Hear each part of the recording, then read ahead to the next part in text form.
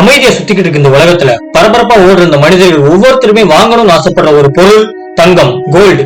உலகத்திலே அதிக விலை கொடுத்து வாங்கக்கூடிய பொருள். ஆனா ஒரு பகுதியில 10,000 மனிதர்கள் வாழ்ந்தாங்கன்னா அதுல ஒரு 1000 பேரால மட்டும்தான் இந்த தங்கத்தை வாங்க முடியுது. ஏன்னா தங்கத்தோட விலை அவ்வளவு உச்சத்துல இருக்கு. ஆனா இந்த உலகத்துல கோடிக்கணக்கான மக்கள் வாழ்ந்துகிட்டு இருக்காங்க. கோடிக்கணக்கான மக்களுக்குமே அன்றாட தேவைக்கு ஒரு பொருள் தேவைப்படுது. அந்த பொருள் தங்கத்துக்கு நிகரான ஒண்ணு. அதுதான் காட்டன், பருத்தி. நம்ம அணிகிற ஆடையில இருந்து மெடிக்கல் யூஸ் பண்ற பேண்டேஜ் வரைக்குமே ஒவ்வொன்றுமே பருத்தியால வர நூல்ல தான் செய்யப்படுது. மனிதனோட ஒவ்வொரு தேவையுமே இந்த பருத்தி பூர்த்தி செஞ்சுக்கிட்டு இருக்கு. ஜப்பான் சுனாமி, நிலநடுக்கம் போன்ற பல பேரழிவுகளை சந்திச்ச ஒரு நாடு. ஆனா எந்த அழிவு ஏற்பட்டாலுமே அவங்க மீண்டும் மீண்டும் எந்திரிச்சு வரதான் செஞ்சிருக்காங்க. அவங்க எழுந்து வந்தது மட்டும் இல்ல, அவங்களோட தொழில்நுட்பத்திலயும் சரி, அவங்களோட நாட்டோட விவசாயத்திலயும் சரி, என்னைக்குமே ஒரு வளர்ச்சியோட தான் இருந்திருக்காங்க. விவசாயம்னு சொல்றப்பவே நம்மளோட இந்தியா தான் நமக்கு ஞாபகம் வரும். ஏன்னா இந்தியாவோட முதுகெலும்பே விவசாயம் தான் நம்ம படிச்சிருக்கோம். ஜப்பான் பல நாடுகள்ல இருந்து ஏற்றுமதி செஞ்சு அவங்களோட ஊர்ல பல கம்பெனிகள் மூலமா பல பொருட்களை தயாரிச்சு உலக நாடுகள் முழுக்க விற்பனை செஞ்சுக்கிட்டு இருக்காங்க. அவங்களுக்கு இப்ப தேவைப்படுற ஒரு பொருள் பருத்தி. அதை நம்ம இந்தியால இருந்து ஏற்றுமதி செய்யணும்னு அவங்க நினைச்சாங்க. பருத்தி விளையக்கூடிய நாடுகள்ல நம்மளோட இந்தியாவுமே அடங்கி இருக்கு. அதுல நம்ம தமிழ்நாடு ஒண்ணு. ஜப்பான்ல இருக்கக்கூடிய சின்காம் அக்ரிடெக் அப்படின்ற ஒரு விவசாய கம்பெனி நம்மளோட தமிழ்நாட்டை சூஸ் பண்ணி இங்க பருத்திய ஆர்கானிக் முறையில விளைவிச்சு அதை ஏற்றுமதி பண்ணணும்னு ஆசைப்பட்டாங்க. அதனால ஜப்பான் சின்காம் அக்ரிடெக் கம்பெனியோட சிஇஓ மிஸ்டர் இஜி யமமுரா அவர்கள் சென்னையை சேர்ந்த ஆலோசகர் மிஸ்டர் ராணா ராய் அவர்கள் உதவியோட தமிழ்நாட்டுல விருதுநகர் மாவட்டத்தில் இருக்கக்கூடிய சீட்ஸ் விவசாய கம்பெனிய ஒரு வழியா தேர்ந்தெடுத்தாங்க.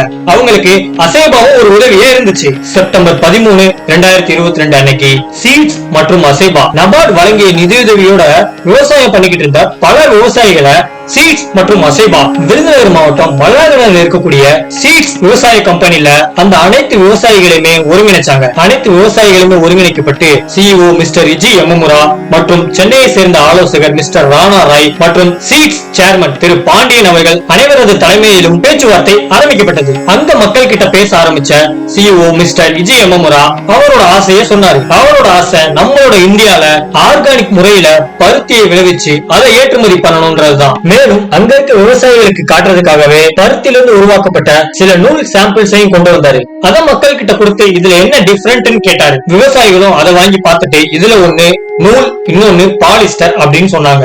ஆனா இஜி யமமுரா இதுல ஒண்ணு ஆர்கானிக் முறையில உருவாக்கப்பட்ட பருத்தி, இன்னொன்னு ஹைபிரிட் முறையில உருவாக்கப்பட்ட பருத்தின்னு சொன்னாரு. அது மட்டும் இல்ல, இந்த பருத்தி இந்தியாவை சேர்ந்தது, இந்த பருத்தி அமெரிக்காவை சேர்ந்ததுன்னு சொன்னாரு. எங்களுக்கு அமெரிக்கா பருத்தியை விட இந்தியாவில் இருக்கக்கூடிய இந்த ஆர்கானிக் முறையில உற்பத்தி செய்யப்பட்ட பருத்தி தான் தேவைப்படுது. ஆனா மார்க்கெட் லெவல்ல பாத்தீங்கன்னா அமெரிக்காவோட பருத்தி மட்டும்தான் ஹை சேல்ல இருக்கு, ஏன் இந்தியாவோடது இல்லன்னு கேட்டாரு. அதுக்கான காரணத்தை அவரே சொன்னாரு. அமெரிக்க மண்ணில் விளையக்கூடிய பருத்திகள்ல மாஸ்டர் கண்டென்ட் அதிகமா இருக்கதாகவும், இந்தியாவில விளையக்கூடிய பருத்திகள்ல மாஸ்டர் கண்டென்ட் கம்மியா இருக்கதாகவும் அவர் சொன்னாரு. என்னோட ஆசை இந்த இந்தியாவோட பருத்திய இந்த அமெரிக்கா பருத்தியோட பிரைஸ்க்கு ஈக்குவலா கொண்டு வரதுதான் என்னோட ஆசைன்னு அங்க இருந்த விவசாயிகள் ஒவ்வொருத்தர்கிட்டையும் சொன்னாரு. அதுக்கு நீங்க எனக்கு பண்ணக்கூடிய உதவி, உங்களோட நிலத்துல எங்களோட தொழில்நுட்பம் மூலமா பருத்தியை விளைவிச்சு அதை இங்க இருந்து ஏற்றுமதி பண்ணணும்னு சொல்லி கேட்டாரு. விவசாயிகளுமே விலை நிர்ணயத்தை பத்தி அங்க வந்திருந்தவங்க கிட்ட கேட்டாங்க.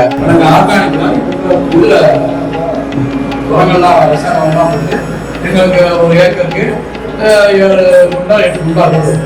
ஆர்கானிக் பண்ணா கண்டோட பாதிதான் வரும். எங்களுக்கு அந்த மனசு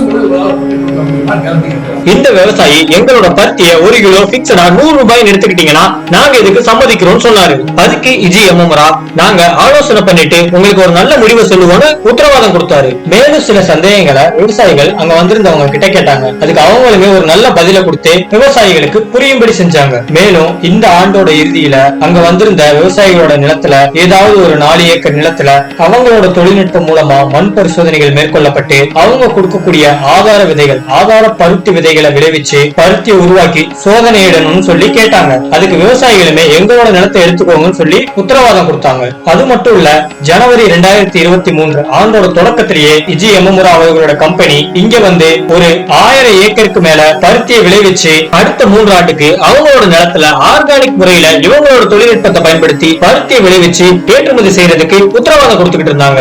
ஒரு வழியா அனைத்து பேச்சுவார்த்தைகளுமே நல்லபடியா முடிஞ்சது. அங்க இருந்து ஒரு விவசாயி மிஸ்டர் இஜி எமமுராக்கு தன்னோட மனமார்ந்த நன்றியை கூறினாரு. என்னோட கையில உங்களை வரவேற்க மலர் வளையம் இல்லைனாலும் என்னோட மனதார உங்களை வரவேற்கிறேன்னு சொல்லி அவர் இஜி எமமுராவை நெகிழ வச்சாரு. ஒரு வழியா அனைத்து பேச்சுவார்த்தைகளுமே முடிவடைந்தது. அடுத்த ஆண்டிலிருந்து சீட்ஸ் மூலம் ஒருங்கிணைக்கப்பட்ட விவசாயிகளால் பருத்தி விளைவிக்கப்பட்டு அந்த பருத்தியை அசைபா உதவியுடன் அவர்களின் வேர் ஹவுஸில் சேமிக்கப்பட்டு இஜி எமமுரா அவர்களின் சின்காம் அக்ரிடெக் உதவியுடன் இங்கிருந்து ஏற்றுமதி செய்யப்பட்டு உலக நாடுகளுக்கு விற்பனை செய்யப்பட போகிறது.